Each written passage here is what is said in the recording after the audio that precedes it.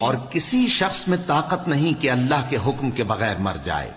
اس نے موت کا وقت مقرر کر کے لکھ رکھا ہے، اور جو شخص دنیا میں اپنے اعمال کا بدلہ چاہے اس کو ہم یہیں بدلہ دے دیں گے، اور جو آخرت میں طالب ثواب ہو اس کو وہاں اجر عطا کریں گے. اور ہم شکر گزاروں کو ان قریب بہت اچھا صلہ دیں گے. اور بہت سے نبی ہوئے ہیں جن کے ساتھ ہو کر اکثر اہل اللہ دشمنوں سے لڑے ہیں، تو جو مصیبتیں ان پر اللہ کی راہ میں واقع ہوئیں ان کے سبب انہوں نے نہ تو ہمت ہاری اور نہ بزدلی کی، نہ کافروں سے دبے. اور اللہ استقلال رکھنے والوں کو دوست رکھتا ہے. اور اس حالت میں ان کے منہ سے کوئی بات نکلتی تو یہی کہ اے پروردگار، ہمارے گناہ اور زیادتیاں جو ہم اپنے کاموں میں کرتے رہے ہیں معاف فرما، اور ہم کو ثابت قدم رکھ، اور کافروں پر فتح عنایت کر. تو اللہ نے ان کو دنیا میں بھی بدلہ دیا اور آخرت میں بھی بہت اچھا بدلہ دے گا. اور اللہ نیکوکاروں کو دوست رکھتا ہے.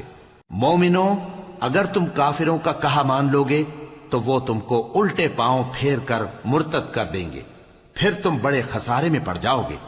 یہ تمہارے مددگار نہیں ہیں بلکہ اللہ تمہارا مددگار ہے، اور وہ سب سے بہتر مددگار ہے.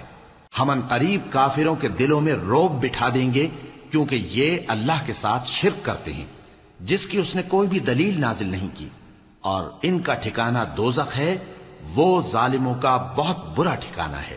اور اللہ نے تم سے اپنا وعدہ سچا کر دیا، یعنی اس وقت جب کہ تم کافروں کو اس کے حکم سے قتل کر رہے تھے، یہاں تک کہ جو تم چاہتے تھے اللہ نے تم کو دکھا دیا. اس کے بعد تم نے ہمت ہار دی اور پیغمبر کے حکم کی تعمیل میں جھگڑا کرنے لگے، اور تم نے اس کی نافرمانی کی. بعض تو تم میں سے دنیا کے طلبگار تھے اور بعض آخرت کے طالب.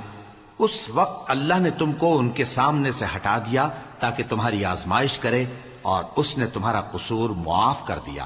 اور اللہ مومنوں پر بڑا فضل کرنے والا ہے. وہ وقت بھی یاد کرنے کے لائق ہے جب تم لوگ دور بھاگے جاتے تھے اور کسی کو پیچھے پھر کر نہیں دیکھتے تھے، اور رسول اللہ صلی اللہ علیہ وآلہ وسلم تم کو تمہارے پیچھے کھڑے بلا رہے تھے.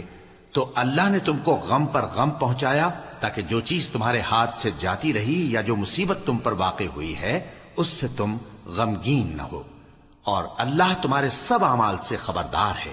پھر اللہ نے اس پریشانی کے بعد تم پر تسلی نازل فرمائی، یعنی نیند، کہ تم میں سے ایک جماعت پر طاری ہو گئی، اور کچھ لوگ جن کو جان کے لالے پڑ رہے تھے اللہ کے بارے میں ناحق ایام کفر کے سے گمان کرتے تھے، اور کہتے تھے بھلا ہمارے اختیار کی کچھ بات ہے؟ تم کہہ دو کہ بے شک سب باتیں اللہ ہی کے اختیار میں ہیں. یہ لوگ بہت سی باتیں دلوں میں مخفی رکھتے ہیں جو تم پر ظاہر نہیں کرتے تھے. کہتے تھے کہ ہمارے بس کی بات ہوتی تو ہم یہاں قتل ہی نہ کیے جاتے. کہہ دو کہ اگر تم اپنے گھروں میں بھی ہوتے تو جن کی تقدیر میں مارا جانا لکھا تھا وہ اپنی اپنی قتل گاہوں کی طرف ضرور نکل آتے. اس سے غرض یہ تھی